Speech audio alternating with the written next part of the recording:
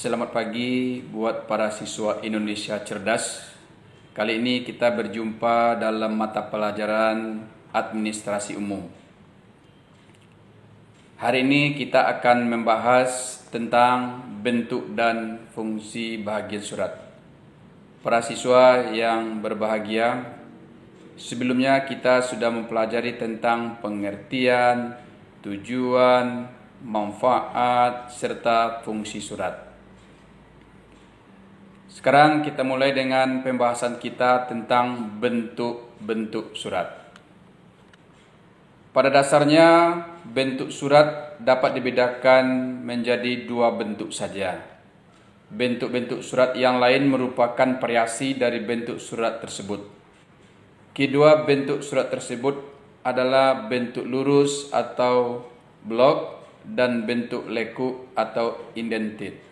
Bentuk surat sama saja dengan tata letak surat atau layout sebuah surat. Nah, bentuk-bentuk surat tersebut dapat kita bedakan menjadi, yang pertama kita sebut dengan bentuk surat lurus penuh atau full block style. Yang kedua, bentuk lurus atau block style. Yang ketiga, bentuk setengah lurus atau semi block style. Yang keempat, bentuk lekuk atau indented style.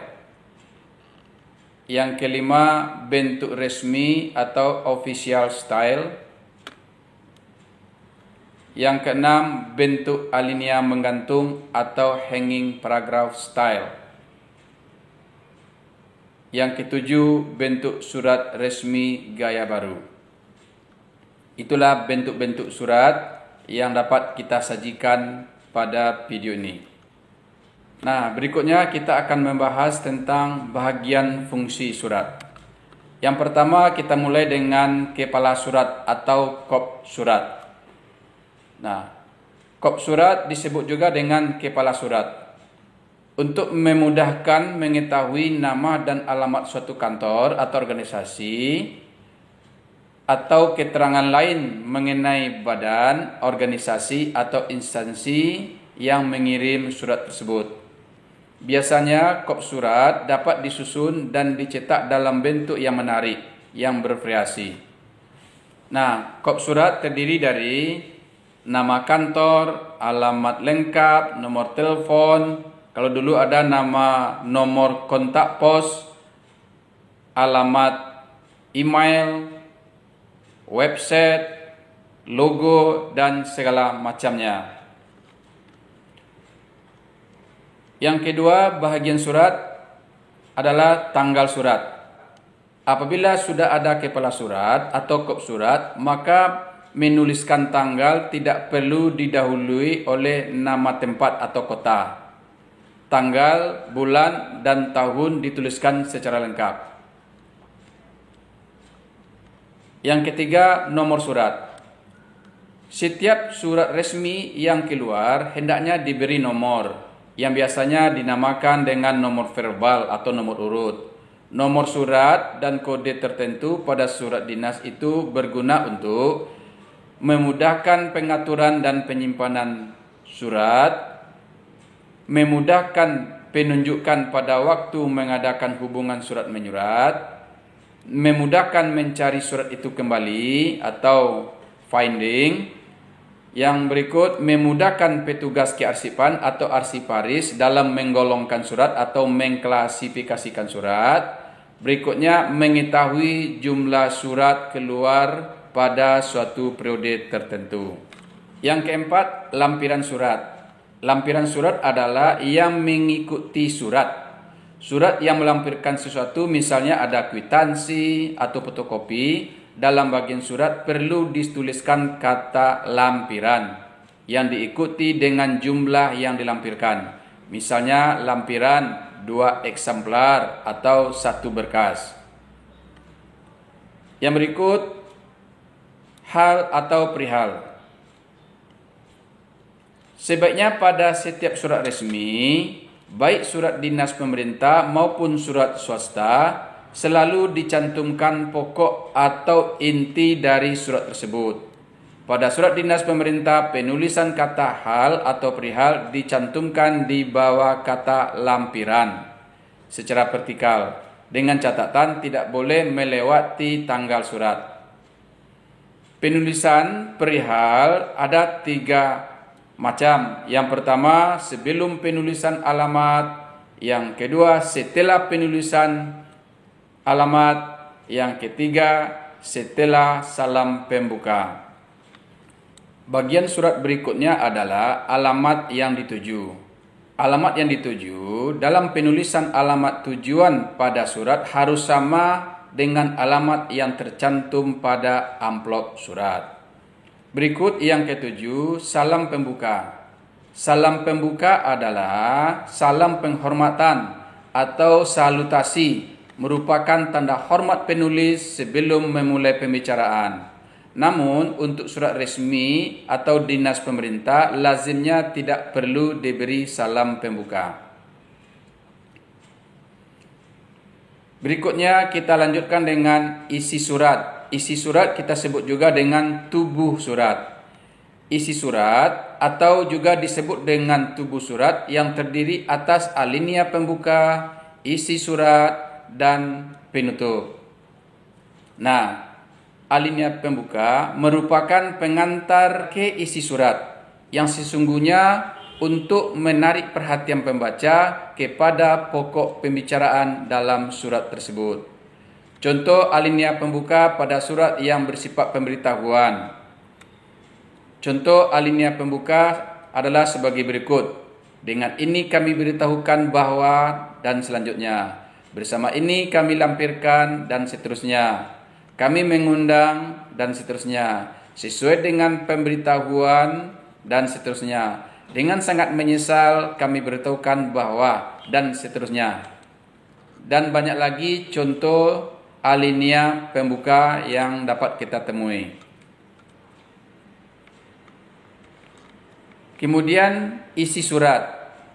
Isi atau pokok surat yang sesungguhnya memuat sesuatu yang diberitahukan atau yang dilaporkan atau yang ditanyakan atau yang diminta.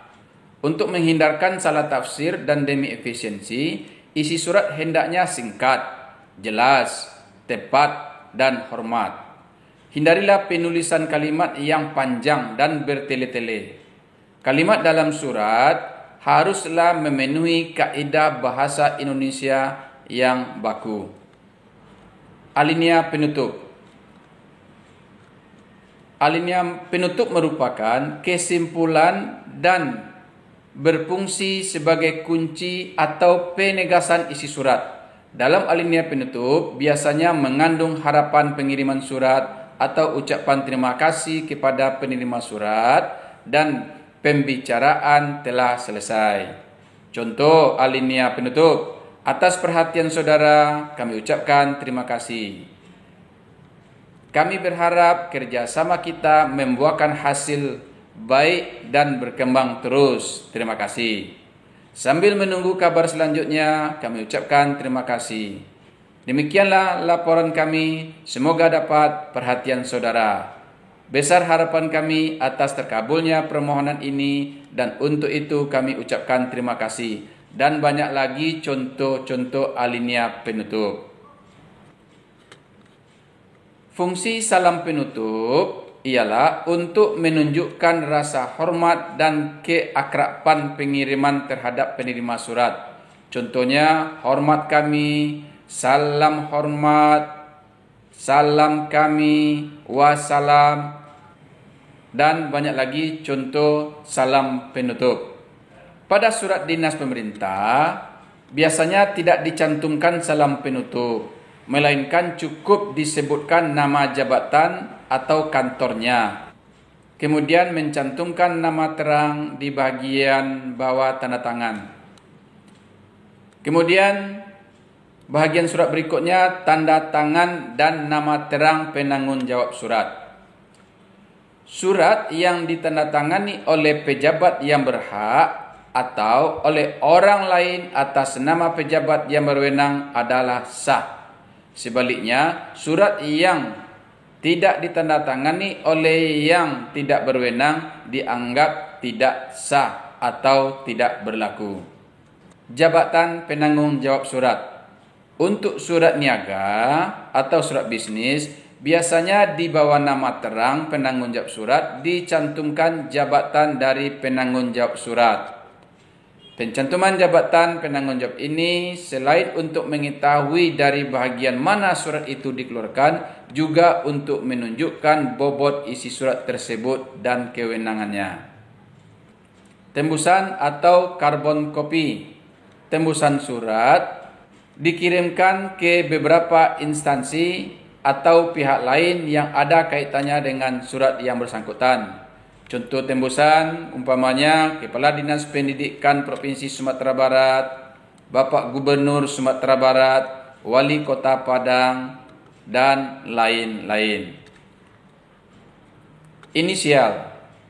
Inisial atau singkatan biasanya diambil dari huruf pertama dari nama penyusun konsep surat dan pengetik surat. Biasanya hal ini hanya dipakai pada surat niaga. Gunanya untuk mengetahui siapa konseptor surat tersebut dan siapa pula yang mengetiknya.